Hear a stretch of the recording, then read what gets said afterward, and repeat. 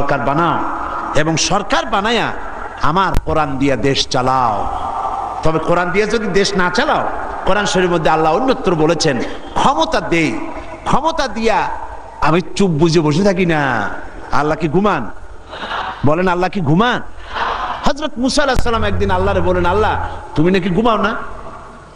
আল্লাহ পাক বলেন, অবশ্যই ঘুমাই না। তোমার বিশ্বাস হয় না? কয় আল্লাহ অবশ্যই বিশ্বাস হয়, তবে বুঝি না, আমার বুঝে আসে না। তো যখন তুমি বিশ্বাস করো, বুঝে যখন আসে না, তাহলে আমি বুঝাই দেবো। বিশ্বাস না করলেই তো সর্বনাশ, বিশ্বাস না করলে কি সর্বনাশ।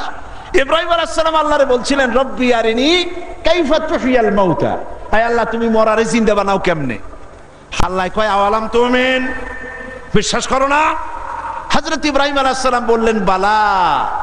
তিনি নাম বলতে পারতেন, নাম মানে হ্যাঁ, আর বালা মানে